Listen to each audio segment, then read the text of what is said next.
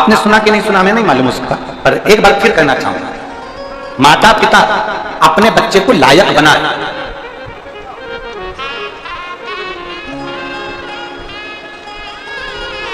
माता पिता अपने बच्चे को लायक बनाए, पर इतना लायक मत बनाना कि बच्चे की निगाह में माता पिता नालायक हो जाए। बच्चे को लायक बनाना, पर बच्चा तुमको नालायक समझने लगे, इसका लायक नहीं मत बना देना। अरे मम्मी तुम क्या जानती हो, अरे माँ तुम्हें क्या करें, पापा फालतू बात मत करो, तुम्हें क्या करें, आज के हिसाब से मुझे दुकान देखना पड़ती है, आज के हिसाब से मुझे काम करना पड़ता है, मम्मी तुम क्या जानती हो। मतलब तुमने बच्चे को तो लायक बना दिया, पर उसको संस्कारों के जल से नहीं सींचा, इसलिए वो तुमको नालायक समझ रहा है। बच्चों को लायक बनाओ, हम मना नहीं करेंगे। बच्चों को डॉक्टर बनाओ, हम मना नहीं करेंगे। बच्चों को इंजीनियर बनाओ, हम मना नहीं करेंगे। बच्चों को खूब पढ़ाओ, हम मना नहीं करेंगे। पर बच्चों को लायक बनाने के साथ में इतना लायक मत बना देना कि बच्चा तुमको नालायक समझने लगे। तुम्हें तो अकल ही नहीं है, मम्मी तुम चुप रहा करो, तुम्हें अकल नहीं है ना, बहू से मत करा करो, तुम मम्मी बड़बड़ मत करा करो, पापा तुम अनशन मत बोला करो, पापा तुम्हें नौकर रखने की आदत नहीं है, तुम नौकरों को भगा देते हो, तुम्हें अकल नहीं है, पापा तुम दुकान पर मत आया करो। मतलब माँ बाप ने अपने बेटे को लायक तो बनाया, पर बेटी ने अपने माँ बाप को नालायक समझ लिया कि इनमें अकल है ही नहीं। अकल सबसे ज्यादा तुझ में ही है। जरा विचार कर, चलना अगर माँ बाप सिखाते हैं, रोटी खाना अगर माँ बाप सिखाते हैं, तुझे बीमार होने पर दवाई देना अगर माँ बाप सिखाते हैं, तो तुझे बोली को भी अगर दी है तो माँ बाप ने दी है। इसलिए अपने बच्चों को सबसे पहला ज्ञान होना चाहिए संस्कार का ज्ञान। हमारे बच्चों में संस्कार होना चाहिए। कल हमने कथा में कहा था हमारे माँ बाप के पास में धन नहीं था। कल हमने कथा में कहा था हमारे माता पिता के पास में धन नहीं था। चने का ठेला भले मेरे पिताजी ने लगाया, मेरी माँ ने भले दूसरों की साड़ी में फाल लगाई, और उस फाल का पैसा मिलता था 75 पैसे या 50 पैसे। मेरी माँ ने भले स्कूल की ड्रेसों को लाकर सिला हो, सरकारी स्कूलों की ड्रेसों को सिल कर दी हो, भले कुछ ना मिलता, पर मेरे माता पिता के पास भले धन ना हो, पर मेरे माता पिता ने हमें संस्कारों के जल से सींचा है, और वो सींचा तो आज नजर आ रहा है कि संस्कार कैसे होना है। खूब डॉक्टर बनाओ अपने बच्चों को, हम मना नहीं करेंगे। खूब कलेक्टर बनाओ अपने बच्चों को, खूब मंत्री संतरी बनाओ अपने बच्चों को, खूब कमिश्नर बनाओ अपने बच्चों को, खूब इंजीनियर बनाओ अपने बच्चों को, तुम्हारी मर्जी पड़े तुम्हारे बच्चों को वो बनाओ। और उससे पहले अपने बच्चों को ये जरूर सिखाना कि अपने घर में माँ बाप से किस तरह बात करना चाहिए, माता पिता का कैसे आदर करना चाहिए, किस तरह से तुम्हारी वाणी होना चाहिए, किस तरह से तुम्हारे शब्द होना चाहिए। जिस माँ ने अपनी गोद में कोख में रखा होगा 9 महीना, कितना त्राण भोगा होगा, उस माँ ने तुमको कितना दिया होगा। जरा विचार करिए। गणेश जी महाराज विनायक थे, विनायक का शीश मेरे भोलेनाथ ने काट दिया। सबसे ज्यादा बिलख रही थी माँ। माता पार्वती की आंख में आंसू भरे हुए थे, माँ बिलख रही थी, रो रही थी, अश्रु बह रहे थे, नैनों से जल टपक रहा था, और माँ रोती हुई बिलखती हुई मेरी माता पार्वती शंकर जी से कहती है इसको जीवित करो, इसको जीवित करो। और चकित भय सुन के कैलाशी, चकित भय सुन के कैलाशी, करूं जीवित में अविनाशी। गणों से यूं बोले वाणी, शीघ्र ही लाओ कोई प्राणी, जिसे भी पैदा तुम पाओ, मनुष्य या पशु हो ले आओ। तुम जाओ।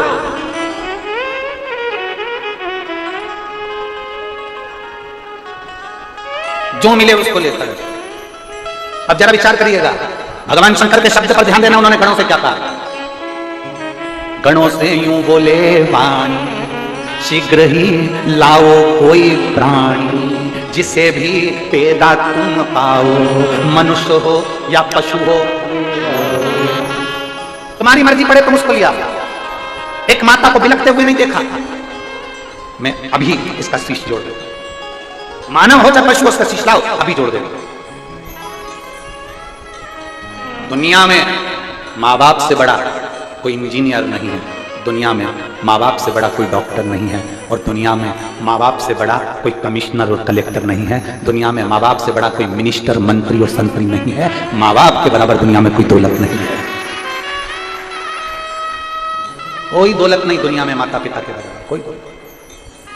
दो माँ, वैसे तो शास्त्र कहता है 4 माओं का वर्णन मेरे शास्त्र करते हैं। प्रकृति भी माँ है, एक पृथ्वी भी माँ है, गौ माता माँ है, और घर में रहने वाली एक नारी, चाहे वो बेटी हो, बहन हो, स्त्री हो, आज नहीं तो कल वो माँ है। माँ प्रकृति भी देना जानती है। आम का पेड़ आम देता है, पत्थर कितने खाता है तुम ईमानदारी से बोलोगे? अभी खूब आम लग रहे होंगे, तुम डंडा लेके झूड़ने में लगी होगी, पत्थर मार रहे होंगे बच्चे केज में। प्रकृति देना जानती है, पत्थर खाकर भी तुम्हें दे रही है। पृथ्वी अपने सीने को फाड़ती है, अन्न देती है। कीचड़ में लड़ालूम करते हो उसको, खूब नोचते हो उसको, पृथ्वी को बार बार फाड़ते हो तो भी वो अन्न तुम्हें बड़ा कर देती है, दान देती है, अन्न देती है।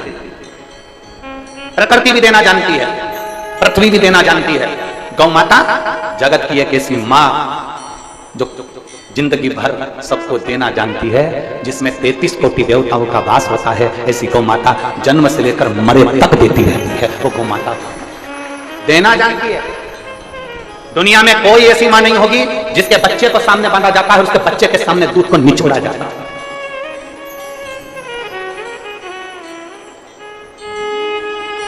किस किस के यहां पर गाय गौ माता? किस किस के यहां है? सबके यहां रखो जरा। दूध निकालने से पहले बछड़े को गाय के लिए छोड़ते हो कि नहीं छोड़ते हो? बोलो बोलो, जम के बोलो। क्यों छोड़ते हो?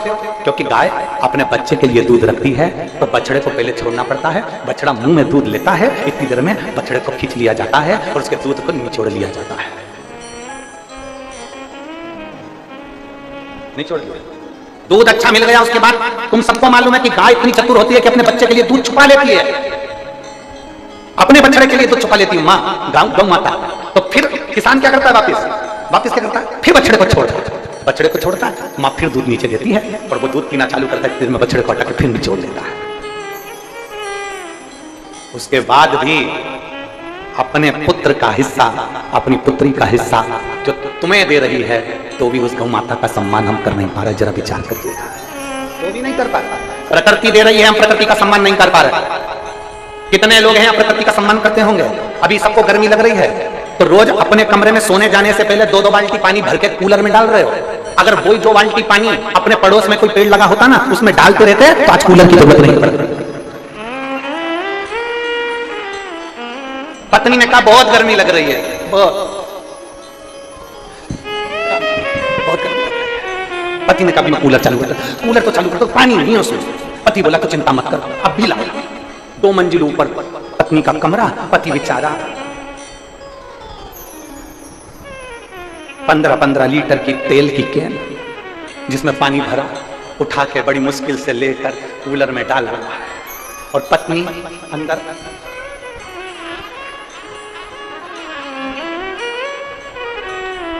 मोबाइल। देख तेरे संसार की हालत।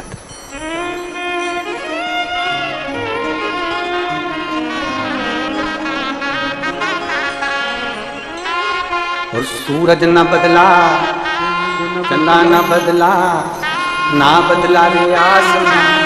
कितना बदल गया इंसान, कितना बदल गया। विचार करिएगा, 2 बाल्टी पानी कूलर में डालने के लिए तुम रोज ऊपर लेकर जाते हो। अगर वो 2 बाल्टी पानी अपने पड़ोस में जो वृक्ष लगा है छोटा सा, उसको बड़ा करने के लिए रोज डालते रहते तो आज कूलर की जरूरत नहीं पड़ती। प्रकृति को देना सीखो, प्रकृति हमको दे। प्रकृति को देना सीखो, प्रकृति हमको दे। गौ माता को देना सीखो, गौ माता हमको देती। पृथ्वी को देना सीखो, पृथ्वी हमको देती। उसी तरह घर की एक मां, घर की मां जो संस्कारों की जननी है, सभ्यता की देने वाली, संस्कारों की देने वाली घर की मां।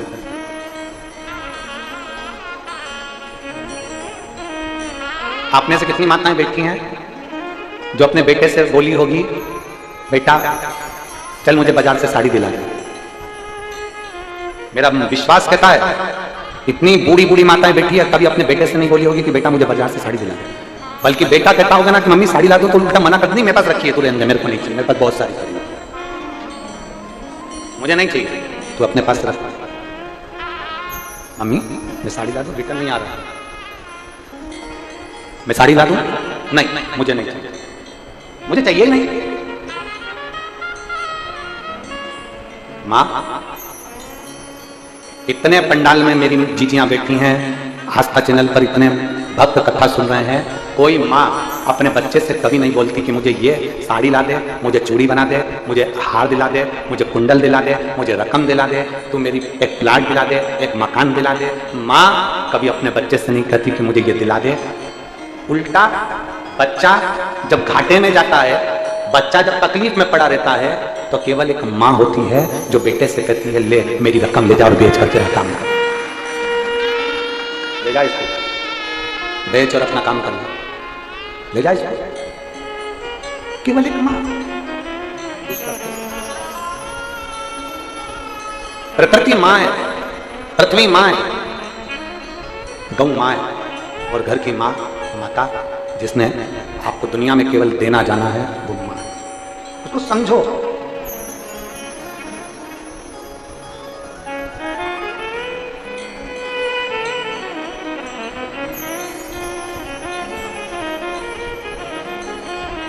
और जिस दिन, जिस पल, जिस घड़ी, जिस क्षण आप अपनी माता को पहचान जाओगे, उस दिन जिंदगी का सबसे सुखमय दिन होगा, सबसे सुखमय। यहां जितनी बेटियां बैठी हैं, जितने बेटे बैठे हैं, जितने आस्था चैनल पर कथा सुन रहे हो, आप सबसे, जितने फेसबुक यूट्यूब पर कथा सुन रहे हैं, आप सबसे निवेदन करूंगा, एक आज एकादशी के दिन संकल्प ले लो, मोहिनी एकादशी के दिन, कि हम अपने माँ बाप से कभी ऊंची आवाज में बात नहीं करेंगे, हम अपने माता पिता से कभी अपशब्द नहीं कहेंगे, हम अपने माता पिता को कभी आड़ा टेढ़ा नहीं कहेंगे। उसने किस तरह से पाला वो जानती है, हमें पढ़ाया लिखाया आगे बढ़ाया, हम अपनी मां को कभी अपशब्द नहीं करें, कभी।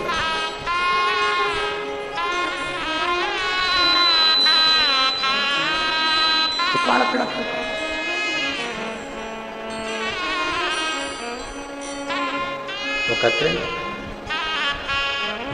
मां बच्चों की जान होती है, मां बच्चों की जान होती है, वो होते हैं किस्मत वाले जिनकी माँ होती है। कितनी बोली है तो कितनी प्यारी है तुम्हारी प्यारी है, ओ माँ,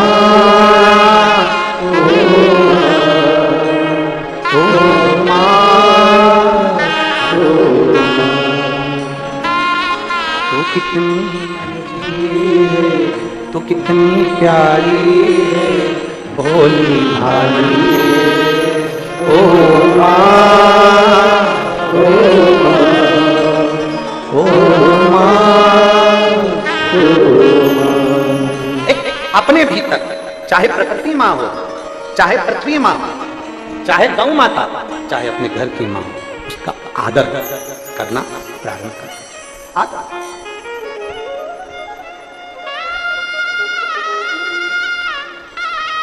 अच्छा एक बात आपसे पूछे, जरा उत्तर दीजिएगा। कुरुद की मेरी माताएं और मेरे भाई, मेरी जीजियां और मेरे जीजा जी, और आजकल की भाषा में कहते जीजू, जिनके कान में नी घुसे जू, एक बात नहीं घुसे, ये फालतू के जो शब्द है ना आजकल के जमाने में, जीजू जीजू जीजू, तो समझ लेना जीजू उसी को किया जाता है जिसके कान में जू नहीं घुसे, बात नहीं घुसे, समझ लो वो जीजू। नहीं तो वो बेचारा जीजा ही अच्छा, दामाद ही अच्छा, बहना ही अच्छा।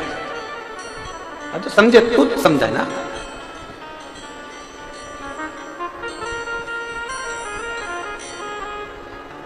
एक शब्द अपने भीतर उतारना,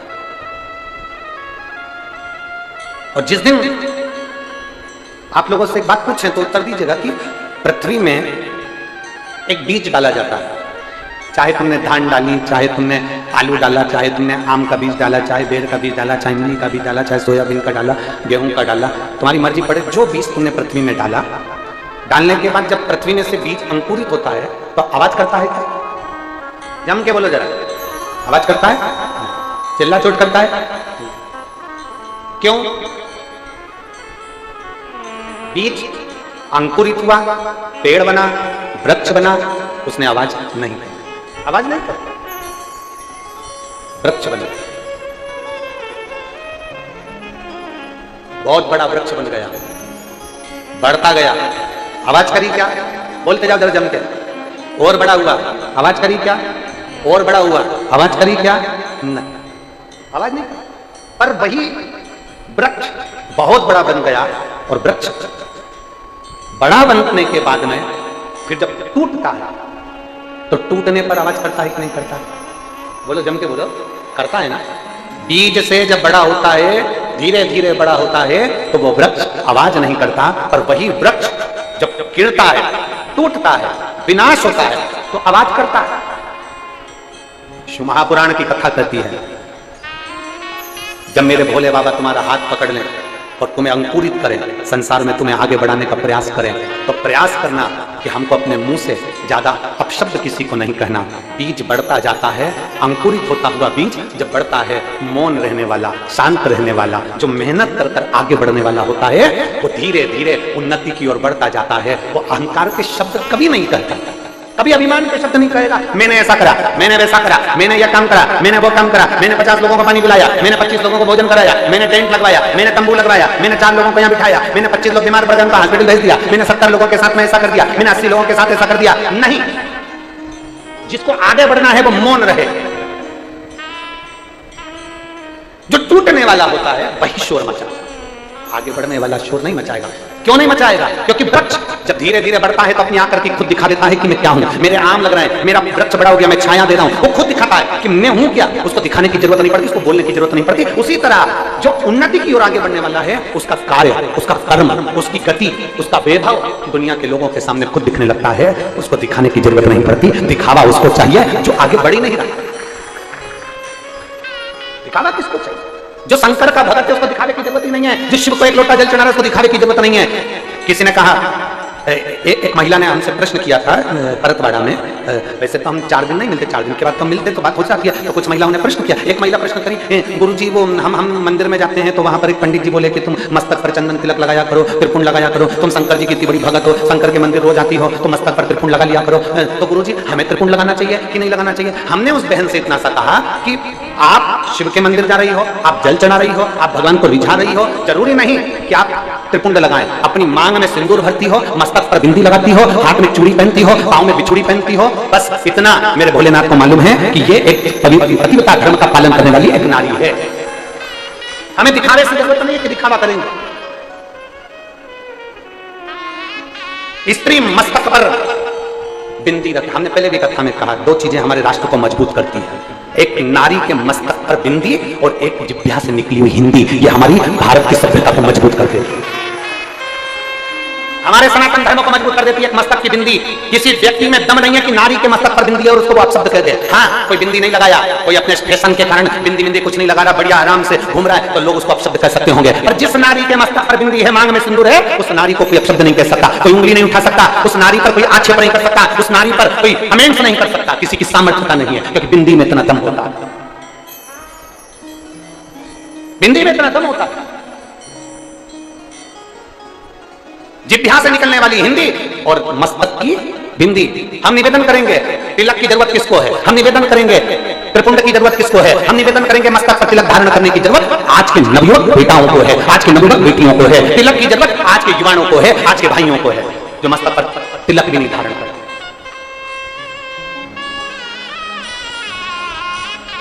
हम कहेंगे और कई लोगों को बहुत काली मिर्ची लगेगी, क्योंकि हम कुछ भी बोलते हैं ना तो काली मिर्ची ज्यादा लगती है लोगों को। सत्यता की बात कहें ना, ब्राह्मण कुल में जन्म लेने के बाद, ब्राह्मण होने के बाद, यज्ञोपवीत होने के बाद भी लोग यज्ञोपवीत को लपेट के खूंटी पे टांग देते हैं और कंधे पर धारण नहीं करते। ये स्थिति चल रही है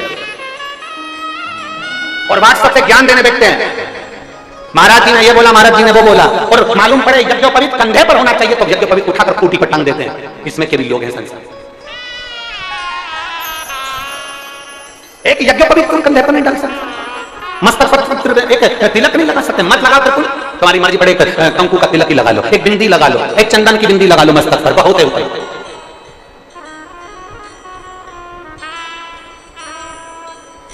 थोड़ा सा अपने संस्कारों की ओर ढलना। और हम फिर निवेदन करेंगे, मेरे बेटा बेटियों से निवेदन है, तुम शंकर के मंदिर भी नहीं जा सकते, शिव की चौखट पर भी नहीं जा सकते, शंकर के द्वार नहीं जा सकते, तीर्थ करने नहीं जा सकते, तो निवेदन है तुम्हारे दरवाजे पर अगर गौ माता आए ना तो उसको एक रोटी जरूर देना, तो वो भी सारे तीर्थ के बराबर है और सारे 12 ज्योतिर्लिंग के बराबर। तुम्हारे दरवाजे पर गौ माता आए तो उसको रोटी देना, वो गौ माता भी एक तीर्थ के बराबर है, उसका आदर करना सीख लो, उसका सत्कार करना सीख लो। जो गाय को डंडे से मारता है ना, वही गौ माता अगले जन्म में बहू बन के आती है और डुकरिया तेरे को खूब दोचती है। जिन सास बहू की आपस में नहीं बनती हो ना, जिस सास बहू में बहुत झगड़ा रहता हो, तो समझ लेना सास जान लेना, अगर तेरी बहू तुझे रोटी नहीं दे रही और सही से व्यवहार नहीं कर रही, तो समझ लेना अगले जन्म में ये समझ लेना कि ये गाय थी और तू घर की मालकिन थी। ये दरवाजे पे आती थी और तू रोटी एक बार देने के बाद फिर आ जाती थी, दूसरी बार तो तू डंडा लेकर बैठ जाती थी। इसलिए बहू भी एक बार चाय देने के बाद दूसरी बार घुर्रा के देखती है,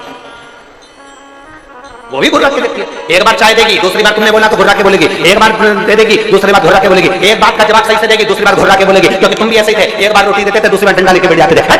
कहां से आ गई? घर के लोगों से कहते थे अभी तो आई थी, अभी तो रोटी दी थी, अरे इसमें यहां से डंडा लेके बैठ गए, चिल्ला चोट कर दिया, लोटा पानी भर के लाई और डाल दिया। जैसे हम बाथरूम में गई, पानी भर के लाई, गाय माता पे डाल दिया। मैं बहू ने देख लिया, गौ माता ने देख लिया, मैं भी इतनी बहू बन के आऊंगी, रुक जा, चाय में दूध मैं पीऊंगी और पानी तुझे मिलाकर पिलाऊंगी। तूने एक लोटा डाला था, एक लोटा में भी चाय मिला, जा कर मत बुरे कर्म कर बंदे वरना बचताएगा भगवान किया बच नहीं पाएगा, वो बच नहीं पाएगा। तुमने उस पर एक लोटा पानी डाला तो उसने गौ माता बहू बन के आई ना, उसने भी एक काम करा, बहुत जोरदार। वो भी जब चाय बनाती थी तब एक लोटा पानी मिला देती थी, टुकड़िया की चाय पानी डाला ना तुमने।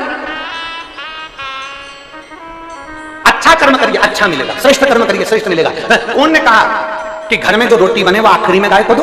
जब हमारे घर में पहली रोटी गौ माता की बनती है तो सबसे पहले गौ माता के मुख में जाना चाहिए।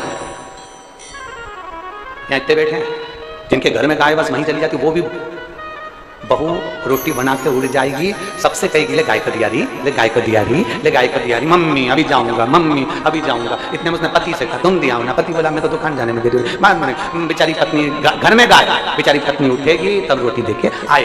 अब और जिसके यहाँ गाय नहीं उसके यहाँ तो सुबह से रखी रखी रखी रखी रखी रखी शाम के 4 बज जाएगी, 3 बजे जब गाय घूमती फिरती तेरे दरवाजे पर आएगी, क्योंकि गाय माता घड़ी नहीं पहनती पर समय की पक्की होती। 3 बजे अगर बिमला बाई के यहाँ जाना है तो बिमला बाई के यहाँ 3 बजे पहुंच ही जाती है, निश्चित समय पे।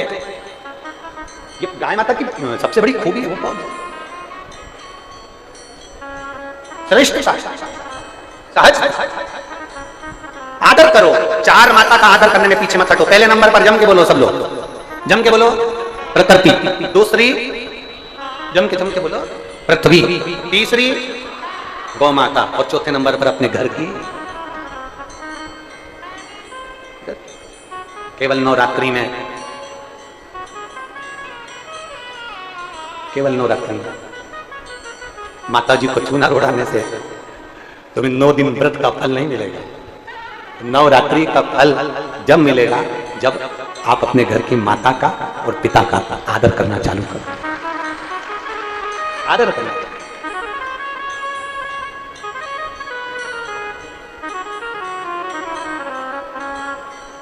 तो कहते हैं सब कुछ मिल जाता है दुनिया में, माई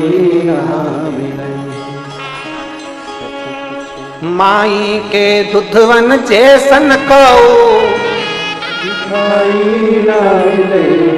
माई के दुधवन जैसन कौ मिठाई ना मिलई।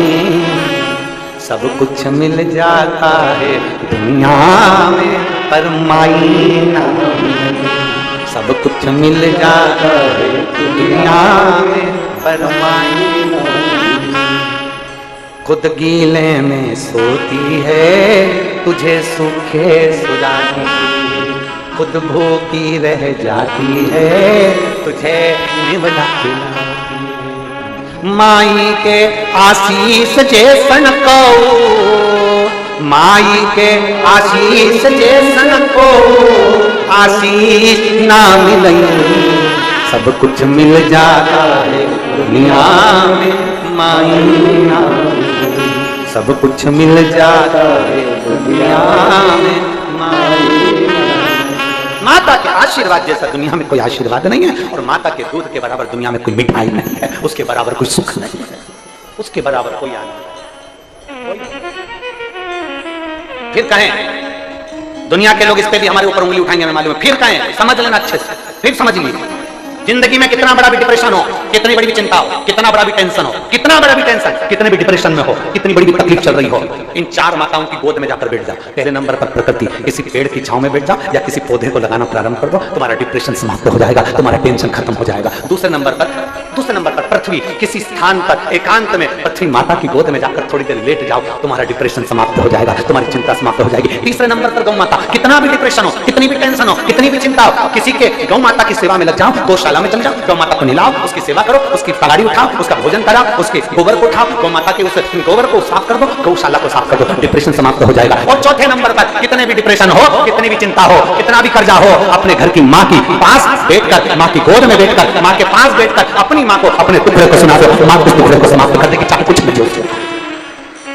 तुम्हारी माता के पास कुछ भी नहीं है, चांदी का छल्ला भी नहीं है, एक सोने की अंगूठी भी नहीं है, फिर भी अपना दुख, अपनी तकलीफ, अपना कष्ट अपनी मां को सुना दो। अपनी मां से कहो ना। कई बेटियां, कई बेटे, नवयुवक लड़के लड़कियां टेंशन में आते हैं, सुसाइड कर लेते हैं, मर गए। हम उनसे निवेदन करेंगे, मरने का प्लान बाद में करना, पर एक बार अपनी माँ से जरूर जाकर कहना, माँ मुझे 15 दिन से ये टेंशन चल रहा है, माँ बहुत चिंता में हूँ, माँ मम्मी मुझे ये परेशानी चल रही है, माँ किसी ने मुझे धोखा दिया, माँ किसी ने मुझे अपशब्द कहा, माँ किसी ने ऐसा कर दिया। अपनी माँ को जरूर बताओ, क्योंकि माँ केवल माँ नहीं है, उसके संबोधन में 33 कोटि देवी देवताओं का पुण्य समाया हुआ है। एक बड़ी सुंदर कथा आती है। एक टीचर ने अपने बच्चों से कहा, आपने स्मरण किया होगा, टीचर अपने बच्चों से कहता है कि कल सारे बच्चे स्वर्ग की मिट्टी लेकर आना। सारे बच्चे आए, एक एक बच्चे को खड़ा करा टीचर ने, तुम स्वर्ग की मिट्टी लायो? नहीं। तुम स्वर्ग की मिट्टी लायो? नहीं। तुम स्वर्ग की मिट्टी लायो? नहीं। एक छोटा सा बच्चा खड़ा हो गया, खड़े होकर बोला, टीचर ये लो, मैं स्वर्ग की मिट्टी लाया हूँ। टीचर ने पूछा, ये कहाँ की मिट्टी? तू क्या स्वर्ग गया था मिट्टी लेने के लिए? तू बैकुंठ गया था मिट्टी लेने के लिए? बच्चा कहता है, नहीं, ये मेरी माँ के चरण की मिट्टी है और माँ के चरण में स्वर्ग होगा। ये मेरी माँ के चरण की मिट्टी है, उसमें स्वर्ग होता है, इसलिए मैं इस मिट्टी को लेकर आया हूँ, इस भूमि की इस परम मिट्टी को लेकर आया हूँ। स्वामी विवेकानंद जब विदेश जाते थे तब भारत माँ की मिट्टी को अपने हाथ में लेकर जाते थे। मेरे राम जी अवध से 14 वर्ष के लिए वनवास गए तो अवध की मिट्टी को साथ लेकर गए। मेरे कृष्ण कन्हैया जब ब्रज की रज को छोड़ द्वारका जाते हैं तो ब्रज की मिट्टी को अपने साथ लेकर जाते हैं। ये भारत माता की मिट्टी है, यह कोई साधारण नहीं है। यहाँ स्वामी विवेकानंद, रामकृष्ण परमहंस, चैतन्य महाप्रभु, जगत गुरु शंकराचार्य, एक नाथ जैसे संत, नामदेव तुकाराम जैसे संत इस भूमि पर जन्म लेते हैं। ये वो साधारण भूमि नहीं जिस भूमि पर 12 ज्योतिर्लिंग और 4 धाम विराजमान है। ये वो भारत की भूमि है। ये भूमि चंदन से कम नहीं है, जिसको हम माता कहते हैं, मातृभूमि कहते हैं। उसको समझिए, उसको पहचाने, उसको जानने का प्रयास करें। अब लोग कहते हैं, गुरुजी आप अपनी कथा में ये प्रकृति की बात लेकर आते हो, आप अपनी कथा में गौ माता की बात लेकर आते हो, आप अपनी कथा में पृथ्वी की बात लेकर आते हो, माताओं की बात लेकर आते हो, क्योंकि मेरी पूरी शिव महापुराण में प्रकृति की चर्चा है, मेरी पूरी शिव महापुराण में बेलपत्र के वृक्ष की चर्चा है, मेरी पूरी शिव महापुराण में नंदी और गौ माता की चर्चा है। भगवान शंकर एक अवतार गौ माता के उदर से भी लेते हैं, नंदीश्वर बनकर पैदा होते हैं। गौ माता के शरीर से भी भगवान उत्पन्न होते हैं। आप कहते हो आप माता का आदर करना, ये कहां लिखा है? हम कहते हैं भगवान गणेश जी महाराज को देख लीजिए, अपने माता पिता की परिक्रमा करिए, प्रथम गिनती में आ गए। जितने भी चरित्र सुनाए जाएंगे शिव महापुराण में, एक चरित्र हमारी इस पुराण का है, उसमें अध्ययन करो। आप अंदर उतरो तो सही। हमने अभी कहा समुद्र के किनारे पर घूमने से कुछ नहीं मिलेगा, समुद्र की लहरों में नहाने से कुछ नहीं मिलेगा, समुद्र की गहराई में जाना पड़ेगा तो मोती निकलेगा। उसी तरह शिव महापुराण के अंदर प्रवेश करोगे तो बहुत मोती छुपे हुए, उसको निकालना आता, उसको निकालना।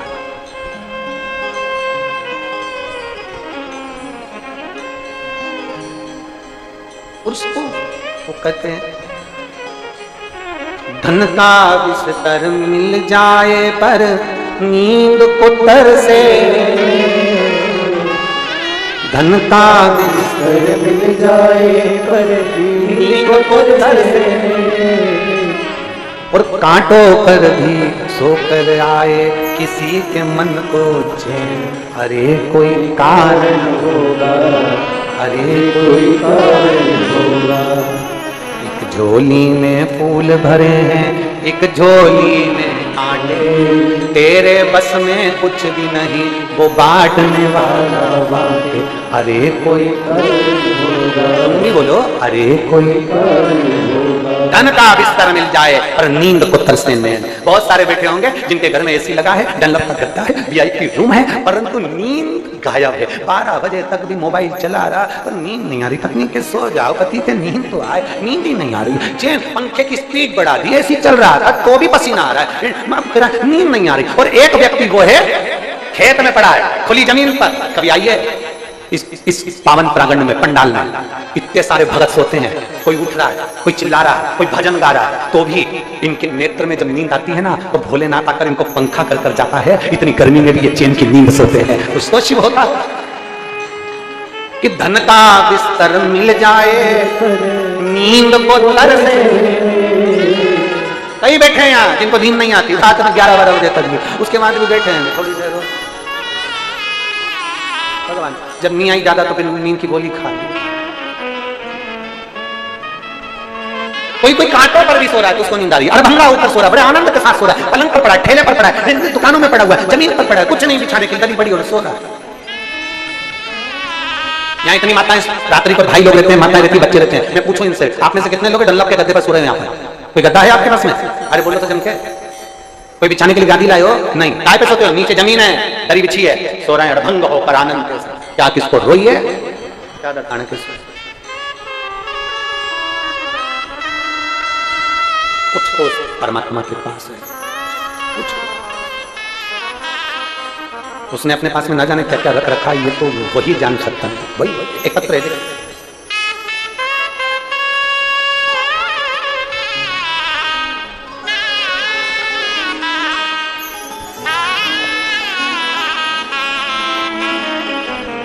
पूर्णिमा साहू, पति लोमस साहू, ग्राम बानगर, तहसील कुरुद से हो।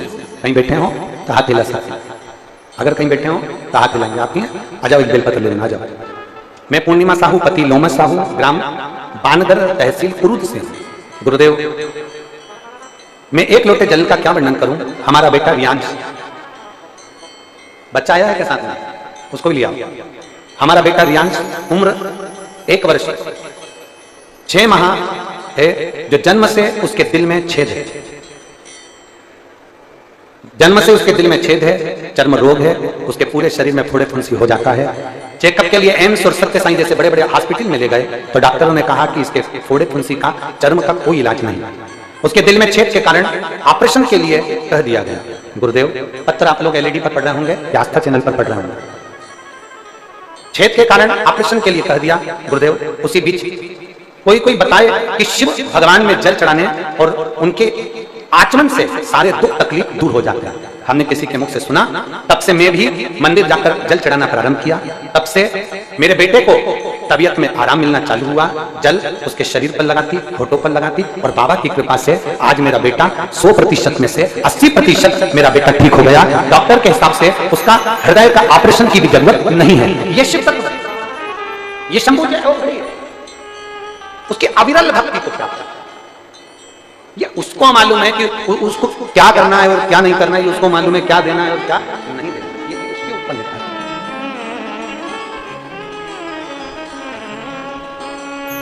और धन का बिस्तर मिल जाए पर नींद को तरसे, कांटों पर सोकर आए किसी के मन को। अरे कोई कारण होगा, अरे कोई कारण होगा, अरे कोई कारण होगा, अरे कोई कारण होगा। और कितना सुंदर प्रसंग कहा कि सांप भी डस ले तो मिल जाए किसी को जीवन का। किसी का एक्सीडेंट हो गया, ऐसा लग रहा है कि बिल्कुल एक्सीडेंट हो गया, तो भी बाबा ने उसको बचा लिया। ऐसा आया हाथ पर उठा कर ले गया, ऐसा आया हथेली पर उठा। सांप भी डस ले तो मिल जाए किसी को जीवन का, और एक चींटी के कांटे से मिट जाए नाम और निशान। अरे कोई कारण होगा, अरे कोई कारण। घर का आखिरी चिनार, घर का आखिरी बच्चा, और कोई चींटी ने काट लिया ऐसी जगह, प्राण छूट गए। सांप डसा, बच गए, एक्सीडेंट हुआ, बच गए। चींटी काटी, चींटी काटी, कि सांप भी डस ले तो मिल जाए किसी को जीवन, और एक चींटी के काटे से मिट जाए नाम और निशान। अरे कोई कारण होगा, अरे कोई कारण होगा, अरे कोई कारण होगा, अरे कोई कारण होगा।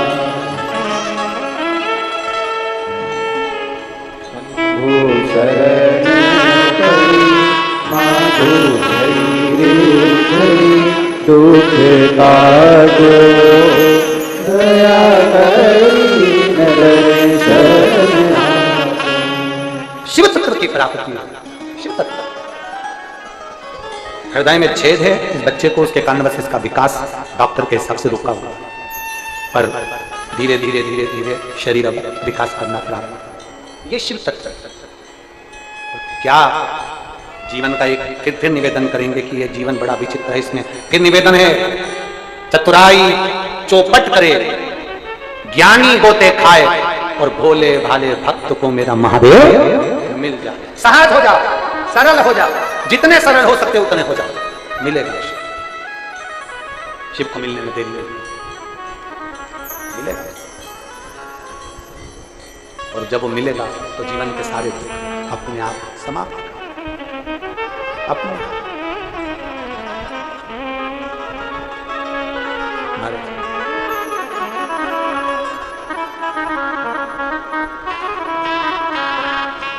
भगवान शिव की अविरल भक्ति स्मरण है।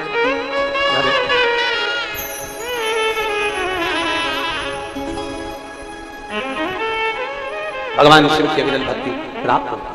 शिव तत्व कह रहा है, अपनी किस्मत का ताला अपनी किस्मत का ताला तुम खोल दे चलो, श्री शिवाय नमस्तुभ्यं तुम खोल दे चलो, श्री शिवाय नमस्तुभ्यं तुम खोल दे चलो, श्री शिवाय नमस्तुभ्यं, श्री शिवाय नमस्तुभ्यं, श्री शिवाय नमस्तुभ्यं, श्री शिवाय नमस्तुभ्यं, ओ श्री शिवाय नमस्तुभ्यं, श्री शिवाय नमस्तुभ्यं, श्री शिवाय नमस्तुभ्यं, श्री शिवाय नमस्तुभ्यं। अपनी किस्मत का ताला अपनी किस्मत का ताला तुम खोल दे चलो,